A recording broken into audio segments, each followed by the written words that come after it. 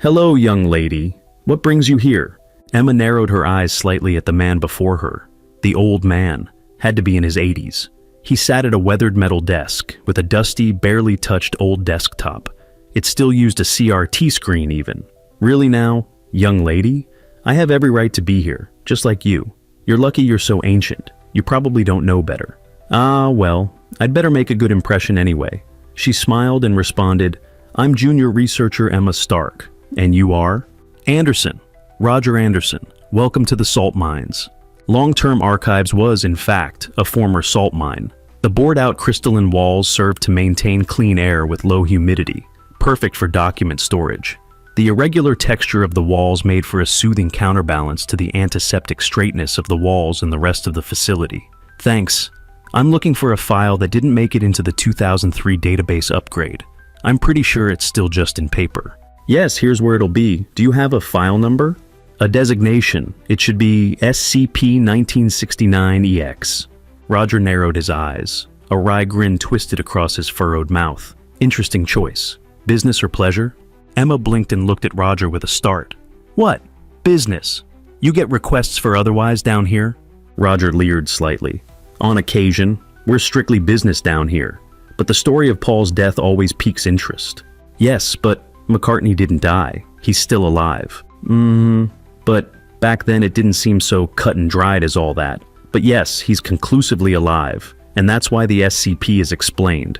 You're right, it never got into the database. When it was concluded that nothing happened, they just stamped and closed the file, and no one bothered to upload it to take up space pretending it was an anomaly. He didn't even look at his computer or files. Aisle 22, box 4, 31, 4 rows to the right. Show your credentials at the door. And we've got cameras down there, so don't go snooping in other boxes. And don't forget your latex gloves. Emma waved her badge in front of the door panel, a green light flickered, and Roger pressed a button under his desk. The door opened. Emma entered and oriented herself. The encrusted white ceiling strung with fluorescent lights gave an oddly inadequate glow to the metal frame shelves and cardboard boxes stacked in endless rows in the cavern. The air was pure, mineral, dry. She carefully followed his instructions, walked into the aisle, and pulled the heavy box from its shelf. She placed it on the floor and opened it. Inside, there was a full set of vinyl records from the Beatles in their original sleeves, multiples. The sleeves were marked up with a series of lines, notes, and questions about the meaning of each element of the artwork. Earlier albums, before 1968, showed only a few notes or marks and were signed by the Cognito-Hazard Monitoring Division. But the albums were repeated chronologically, and each month more and more lines were made. More connections were noted. Sections of the album covers were highlighted, then covered over with stickers labeled, "Warning, Memetic Hazard."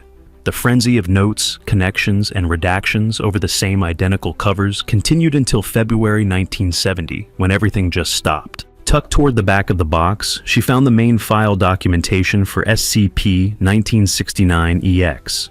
Item number, SCP 1969-EX. Object class, explained. Update March 14, 70. SCP 1969 is no longer considered anomalous and no longer requires containment. All efforts to contain SCP 1969 are to cease, and SCP 1969 is now considered explained. Description: SCP 1969 is a 28-year-old Scottish-Canadian by the name of William Campbell. Through an undetermined regimen of training and meditation, it has managed to take on a perfect resemblance of POI 1841-12, also known as Paul McCartney, performer in the Beatles. SCP 1969 still maintains minor differences from POI 1841-12, namely a small surgical scar on his upper lip and right-handedness, while POI 1841-12 is left-handed. SCP 1969 completed his anomalous transformation at the Beatles' request to replace POI 1841-12 after his death the morning of the 9th of November, 1966. The remaining members of the band and their manager, acting to keep news of the death from spreading, bribed the police involved with POI 1841-12's fatal automobile accident and hired SCP 1969. Seafield Incident 1841 and MTF Beta 6 reporting for a witness report of the accident. Surveillance personnel noted that despite the fatal accident, POI 184112 was seen as continuing to perform in concert and attend recording sessions at Abbey Road Studios. The nature of the anomaly was not determined until SCP-1969 came to the Foundation's attention through the Cognitohazard Monitoring Division. The Beatles had already come under higher scrutiny with the simultaneous worldwide release on the 1st of June 1967 of Sgt. Pepper's Lonely Hearts Club Band, which, while only scoring 3 on the Contarita scale, non-anomalous mimetic, itself, had a number of symbols and subliminal hints, questioning POI 184112's continued life. The CMD further discovered a hidden phone number on the Magical Mystery Tour soundtrack album cover, released the 27th of November, 1967. The transcript of the phone call follows. Participants, Field Agent Roger Anderson and POI 1969A, identified by voice to be a woman in her late 20s with a West London accent. Begin log. Size for 1.5 seconds. Hello? Hello? To whom am I speaking? Is this about Paul? Have you received a lot of phone calls, ma'am? Have I received a lot of phone calls? Listen, I've had to deal with every single pampered stoned kid in every university in this country, along with every newsboy hopeful for some scoop, and even ornery policemen from various precincts casually wondering if I know anything about Paul. Is he dead? How did it happen? I swear the morbid fascination you Yanks have for the demise of a man who's walking around this very minute would be farcical if it weren't so grotesque. I'll say the same thing to you as I've said to everyone else. No, he's not dead. And if he were, I should know nothing about it. Now please, do me the kind favor of leaving me alone. Sorry to bother you, ma'am. Have a good day. No. Wait. You don't sound in university. I'm sorry. Perhaps I'm being rash. Are you a journalist? Are you with the government? No, ma'am. And you can keep a secret, can you? My business is in keeping secrets. Oh God, I can't just hold it in any longer. Hold what in? I killed him. You killed Paul McCartney? I didn't mean to. Oh God, I barely remember it all. I was so drunk and high at the time. Everything feels so unreal. But I was there. I watched him die. I was out walking, 5 in the morning, trying to get back home after clubbing too hard. I could barely keep straight. I must have stepped into traffic a half dozen times. Then this cute man drives up beside me, offers me a lift. I was in no condition to refuse, and I joined him. I told him where I lived. We started talking. I asked him what he's doing driving around at this hour, and he talks about how he had a row with his bandmates during a recording session. And that's when I realized it. He was Paul. The Paul. Paul had seen me and picked me up and was taking me home. Such a gentleman. Sobs. Lucky. Don't you dare say that. When I realized I was in the car with Paul, the Beatles are like gods to me. And here, Paul, dear lovely Paul, had taken notice of me, picked me up, was my white knight. I lost control. I started screaming and flailing about in excitement. In my altered state, I grabbed for him, tried to hug him, kiss him, and then we veered off the road and collided with a lamppost and flipped. The police were right there and had pulled me from the wreckage. They set about to freeing Paul when the car exploded. He would still be alive if it weren't for me. I'm sorry. Did the police speak to you further? I told them my name, Rita, and they dropped me off at home and gave me some pills to swallow to sober up. Strangest thing? Their uniforms didn't look like any police I knew. There was this whole 3-arrow thing, and they kept talking about amnesiacs. But you still remember everything? The pills didn't make you feel hazy? Did they have a coppery aftertaste? Ask Alice when she's 10 feet tall. I'm not sure what all I was on that night. That's different. That's what I thought. But I daren't say anything to anyone before. I just pretty much hid until I received a phone call about a month later. It was John, and they asked me to come down to Abbey Road. What about? I wasn't sure, but when John calls, you answer. I feared the worst. I killed Paul after all. I would have let them do anything to me. I deserved it. But when I got there, he, George, and Ringo greeted me with hugs. They told me not to worry. All is forgiven. Everything was going to be all right. But how could it? I killed Paul. My idol. The beloved of millions. He was gone. But that's when they introduced me to William. William? William Campbell. A Canadian bloke. Sandy brown, wavy hair, wide-set gray eyes. John told me he was going to be the new Paul. They held a look-alike contest and he won. I couldn't believe it. This man was nothing like Paul. Then John said they all had a song for me. I told them no, what I did was horrible. They should kill me where I stood. But no, they insisted. And William started singing this song to me. It's on Sgt. Pepper. Lovely Rita. I still can't believe they wrote it. But the strangest thing was that as William sang, his voice changed. His skin tone, eyes, face, body, even his hair color. Everything shifted. By the end of the song, he wasn't William anymore. Shifted? How? Not William? He was Paul. I could have sworn it was Paul. All over again. The man whose music I loved, the man who rescued me, gave his life for me that night. He stood before me anew. How? William, said that he completed the transformation through meditation. John said they had tried a few other experiments, tried a cardboard cutout for a while, but they really needed a living, flesh and blood Paul to continue things. And so they found William. A cardboard cutout? It was apparently a really good cardboard cutout, but now they have William. All right. They swore me to secrecy until later, when they could break the news to the fans.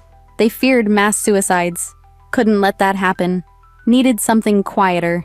And, oh God, I've been living with this massive burden of guilt ever since. Thank you. Thank you for listening. And It's been an honor. But, for all the drama, I suppose it had to happen somehow. I don't know. It's written, or it's karma, or whatever. After all, John did say they were bigger than Jesus. More popular than Jesus, yes. Right. And for all their music still, only 3 died on the mount that day. Wait, what? Phone disconnects. End log. The phone call was traced to a management office on an abandoned feedlot outside Laramie, Wyoming. No sign of POI 1969-1 or a working telephone was found. The present instance of POI 1841-12, believed to be Mr. Campbell, was given the designation SCP-1969. MTF Beta-6 took custody of SCP-1969 and is to be kept for observation. Addendum, November 9th, 69. Despite Foundation custody of SCP-1969, the Beatles continue to release music. MTF Beta-6 note the continued presence of POI 1841-12 at recording sessions. Furthermore, SCP-1969 researchers note that the object does not resemble POI 1841-12. Enhanced testing and interviews confirm that Mr. Campbell is not anomalous. He is to be given amnesiacs and released. MTF Beta-6 increases surveillance of POI 1841-12 and confirms that he is still alive. The Cognitohazard Monitoring Division reports that Beatles album covers carry an increasingly virulent mimetic hazard. Upon review, the CMD hereby revises the Kant Derrida score to 7. Viewing the album covers and discussion with other curious individuals leads to the conclusion that POI 1841-12 was killed on the 9th of November, 1966. While it can be demonstrated that POI 1841-12 continues to live. Given the widespread worldwide distribution of Beatles album covers, SCP-1969 is expanded to include this mimetic hazard, and its object class is redesignated Cutter. SCP-1969 is an active widespread mimetic hazard of pandemic proportions. MTF Gamma-5, red herrings, formed to dispense the truth regarding the living status of POI 1841-12 worldwide. Field agents are embedded on college campuses to attend meetings and informal discussions regarding the alleged death of POI 1841-12 and disseminate the truth and present skepticism. Addendum, March 14th, 70. MTF Gamma-5 reports high levels of success in combating SCP-1969. A photo spread in Life magazine showing the continued life of POI 1841-12 has demonstrated complete inoculation to the mimetic hazard.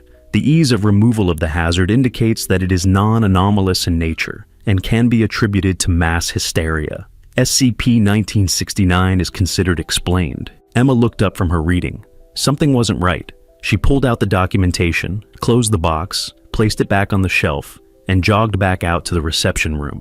She tossed the papers on Roger's desk. "You're Roger Anderson. You're supposed to shelve the file when you're done with it." Emma slammed a hand down on the papers. "You're Roger Anderson, and I'm not done with this file." Roger shook his head and allowed himself a sheepish smirk. I was in Coghaz at the time. I worked on 1969. hey, I forgot to ask in the excitement of you looking up my work. For the record, which object are you assigned to? How did you start looking for 1969? Emma stared at Roger a moment. Is he trying to change the subject? No, more about 1969 I can still ask. I'm on SCP-012. I was, oh, for the love of 12. It's always 12. Roger buried his face in his hands. 12 is the reason I transferred to Coghaz in the first place. Lost a partner and a good friend to 12. Emma peered into Roger's craggy face. You're Anderson? Anderson and Spitzer Anderson? Roger nodded. Leon Spitzer. Damn fine partner, drinking buddy, confidant. All stripped away into a paranoid mess by a damn piece of sheet music. I was popping amnesiacs like Tic Tacs when I realized what was going on. I never actually saw the vellum with the mud off, but one tip, miss, don't abuse amnesiacs. Ever. Resolved to be regaled with rambling old man tales, she corrected. Amnestics, amnesiacs, whatever. I know they reformulated them a few years back and reminded everyone that they're really called amnestics, but we were all used to calling them amnesiacs, even if it wasn't right.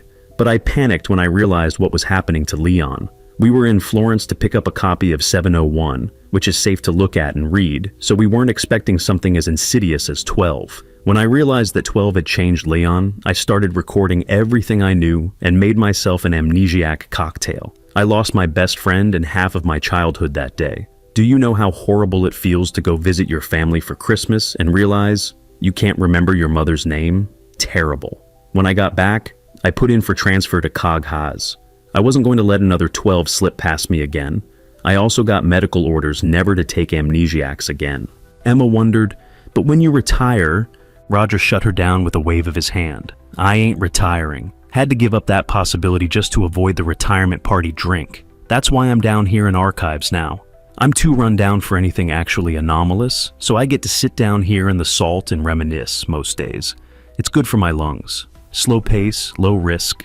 Best retirement I could ask for. Silence passed between them. Roger sat contently while Emma leaned against the desk, half sitting on it. She squirmed and looked around, noticing the papers under her hand. Now, about Paul. You still haven't answered why you wanted to look up 1969. Don't think I've forgotten. I'm old but not senile, Miss Stark, Roger interrupted with a wink. Emma rolled her eyes and sighed. Okay, so I was looking over KM Sandoval's journal for clues about what 012 was doing. I didn't see anything, but there was this note about how he alluded to Paul's death on the night it was supposed to happen. So, I looked for any records we might have had on Paul's death and learned about SCP-1969-EX. So, here I am. Roger's eyes sharpened in response. Sandoval talked about McCartney's death, and he was supposed to have died while we were in Florence? Emma pulled out her tablet and presented it to him. I took a picture. See the note in the margin regarding McCartney? Roger pored over the tablet, pulled his desk lamp close over it, cursed the clashing lights, pushed it away, and read carefully, mumbling to himself. Looks like Wortham's writing. He knew more about 1969 than any of us. If anyone knew the particulars of McCartney's death, it was him. But if this really is his journal, you're right. Sandoval was talking about when McCartney died. Maybe that's why Rita mentioned Golgotha. But according to this, he hadn't even found 12 yet. How could he have known that Paul died that night, 1,000 miles away? Emma looked askance at Roger. Paul didn't die that night. Roger gave Emma a blank stare. No, Paul didn't die that night. Emma leaped back into her questions. But that's the problem with this documentation. If Paul never died, who was William Campbell? Why did you pick him up? What was that phone call with Rita all about? None of this makes sense. Roger smiled and spread his hands placatingly. Wortham explained it to me. Mass hysteria interference from another SCP? SCP-1841? Sounds right to me. Strange, it was apparently neutralized back in the 19th century, though. I remember reading it over then. That doesn't make sense. I just listened to Wortham and went ahead with it. You don't contradict the site director. Emma tapped a few figures into her tablet. No, it's not SCP-1841. That's a travel guide or something. Can't be. It had to do with mass hysteria carried by Franz Liszt, if I remember correctly. Died with him. Wait, 1969 got reused, right? How about... Aha. Here it is, SCP-1841-EX. Your 1841's explained and in the database. Explained? When did that happen? Read it to me. Emma looked at Roger in disbelief from his request, but shook her head and went through the record with him, including the addenda. Stopping for a moment afterwards, she mused, "This doesn't help this case a bit." Roger scowled. "So, Wordham pulled a full Raisa on the article. What do you mean?" "Well, you know how stuff is redacted or expunged or behind an access code wall when we're not supposed to know about something, right? Well, that little redacted sign lets us know that something is in fact there. We're just not supposed to see it. But sometimes, someone pulls strings and makes sure we aren't allowed to know that there's hidden information. What do those addenda say? It tells us that they completely changed the article, made it look complete. That way, we walk away thinking that it's neutralized last century when it's still active." Emma sighed. "I'm more concerned that if 1841 is explained, then 1969 suddenly can't be mass hysteria. Suddenly it's not explained." Roger hardened his jaw and swallowed. "So Paul really did die?" Emma jumped up and paced. "No, we know he didn't die. The only way this makes sense is if we know he died, then know he didn't die. Which is it?" Roger laughed. "Maybe both." "What?" "Listen, as far as the rest of the world is concerned, Paul never died. Everyone went a little crazy one fall, saw stuff that wasn't there, and then we all wised up. But the Beta 6 involvement, Campbell, the Rita call, none of that would have gone down that way if we didn't have conclusive knowledge that Paul did die on November 9th, 1966. So, maybe he was dead. And now he isn't. Stranger things have happened, you know." Emma stopped pacing and leaned forward against the desk. A knot started forming in her stomach. "What are we talking about? Resurrection? They were bigger than Jesus, right? More popular than Jesus," Roger corrected. Realization passed over his face. Oh, Rita. Listen, have you got the 12 documentation? Show me the full record. I'm still cleared for it. No amnesiacs, remember?"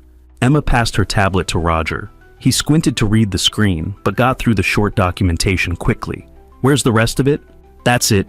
"No, this is all kinds of inaccurate." "Really?" Emma took the tablet back and looked it over again. "I know. I've been wanting to update it with some of the most recent results, but you're still suspending it from the ceiling in its own room so people can't look at it, right?" "Yes."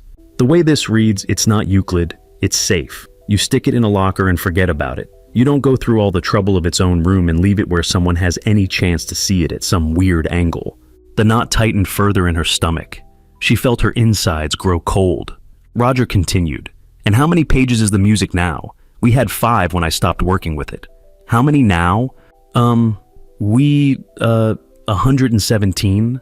117 all in blood, even when ink is provided?" Emma didn't like where this was going. Getting words out was getting harder. "Yes." "And do all the pages carry the cog has?" Emma blushed and shrunk. No, just 10 of them. Don't you think this is all important documentation?" Yes, sir." "And what's this about a recent storm? Do the 1966 Florence floods seem recent to you? Or just a storm?"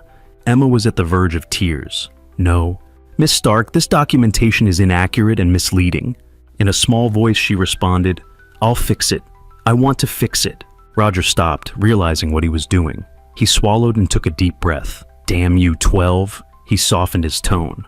"No, it's not your fault. What I'm saying is that 12 is receiving the full Raisa, like 18 to 41 inches. Emma's encroaching dread dissolved. "What? Are you sure?" Roger fixed Emma with a steely gaze. "Yes. Read the journal again.